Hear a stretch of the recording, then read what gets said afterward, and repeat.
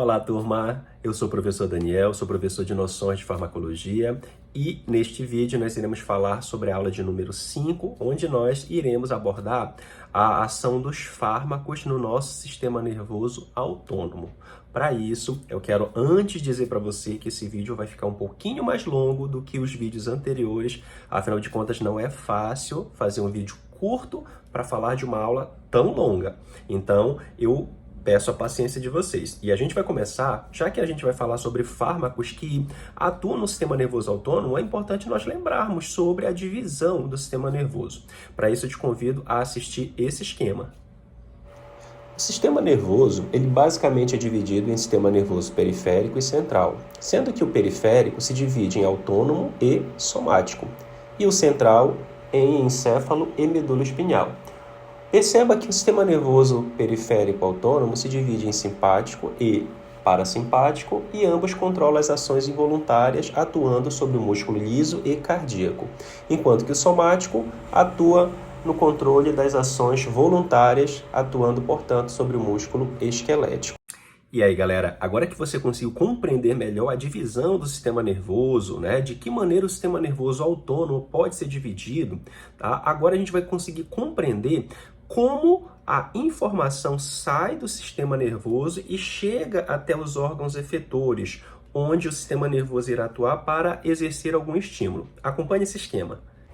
Para que a informação saia do sistema nervoso central até os órgãos efetores, é necessária a existência de dois neurônios. O primeiro nós chamamos de neurônio pré-ganglionar e o segundo de neurônio pós-ganglionar. Esses dois neurônios são encontrados no sistema nervoso simpático e parasimpático. Porém, observamos que nos neurônios pré-ganglionares do simpático e do parasimpático, eles produzem os mesmos neurotransmissores que a acetilcolina, por isso são chamados de neurônios colinérgicos. Já os neurônios pós-ganglionares do simpático e do parasimpático produzem neurotransmissores diferentes. No simpático, produzem adrenalina, por isso são chamados de neurônios adrenérgicos. E no parasimpático, produz a acetilcolina, por isso são chamados de colinérgicos. Perceba que da passagem do neurotransmissor do neurônio pré-ganglionar para o pós-ganglionar, tanto do simpático quanto do parasimpático, há necessidade de receptores para receber esses neurotransmissores. E esses receptores são receptores chamados de nicotínicos, representados por N2. Agora, falando do simpático, quando o neurônio adrenérgico do pós-ganglionar, que produz adrenalina, precisa levar esse neurotransmissor até os órgãos efetores, esses órgãos efetores também precisam de receptores para receber esse neurotransmissor. E esses receptores são receptores alfa e beta. O mesmo acontece com o neurônio pós-ganglionar, ou seja, colinérgico do parasimpático. Para que ele faça que a acetilcolina chegue até os órgãos efetores, esses órgãos precisam também de receptores. E esses receptores nós chamamos de receptores muscarínicos. Bom, agora eu quero falar rapidamente para você sobre os principais receptores que envolvem o nosso sistema nervoso como um todo. Nós temos os receptores nicotínicos e nós temos basicamente dois receptores nicotínicos, o N1 e o N2. O N1 também é chamado de NM e o N2 é chamado de NN, tudo bem? O receptor N1 ou NM, ele geralmente é encontrado nas junções neuromusculares do músculo esquelético, ou seja, todos os músculos de ação voluntária que você exerce controle, você vai encontrar esses receptores, tudo bem? Que é o N1, tá? Já o N2 você vai encontrar no sistema nervoso autônomo e no sistema nervoso central. Tudo bem?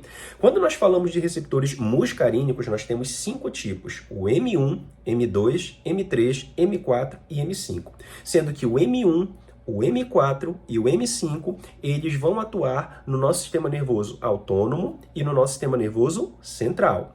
O M2, ele vai atuar no nosso coração, nas células cardíacas. E o receptor M3, ele vai atuar no músculo liso, na nossa bexiga e também nas nossas glândulas exócrinas, são aquelas glândulas que produzem secreções e lançam para fora da glândula. Fechou? Não esquece isso. Bom, agora nós vamos falar sobre os agentes simpatolíticos, que são considerados bloqueadores adrenérgicos. Bora entender certinho isso, tá? Se esses agentes são simpatolíticos, significa dizer que os efeitos deles são contrários aos efeitos do sistema nervoso autônomo simpático. Não esquece que o simpático ele estimula. Então, se os agentes simpatolíticos agem contrário ao simpático, ao invés de estimular, eles vão inibir. Tudo bem? Não esquece. E se eles são considerados bloqueadores adrenérgicos, significa dizer que eles irão atuar lá nos órgãos efetores, nos receptores alfa e beta. Tudo bem? E aí nós temos alguns exemplos, como a metildopa e o propanolol. São exemplos de fármacos que têm uma ação antagonista. Por quê? Porque eles se ligam aos receptores alfa e beta, bloqueando a ação dos neurotransmissores adrenérgicos. Não esquece isso.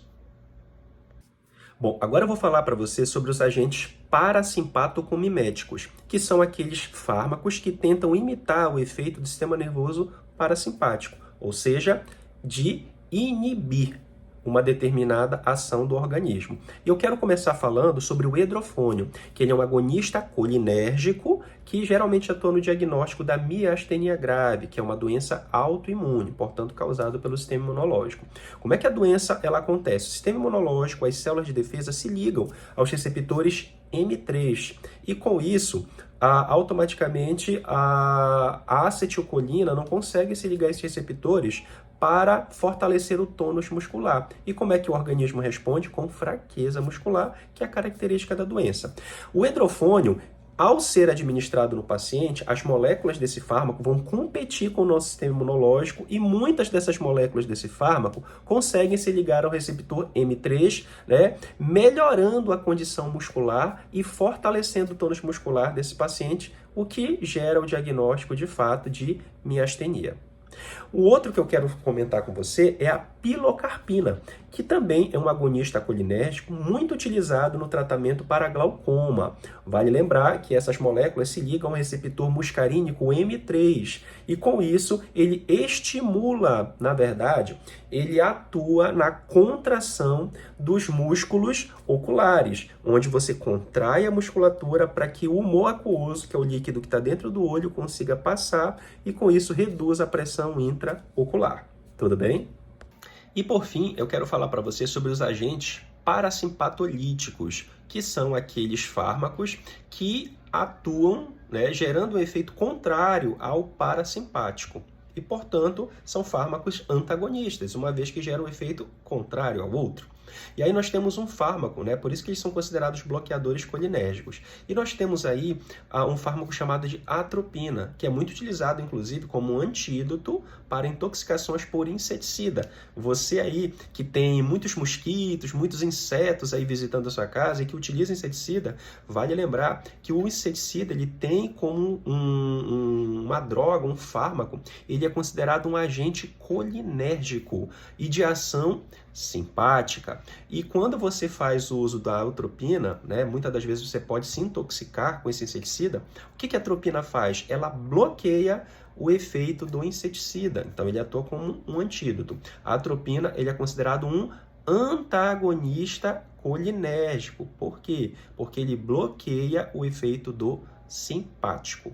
Não esqueça isso. Espero que você tenha entendido. Bons estudos e não esqueça de fazer os exercícios. Um abraço.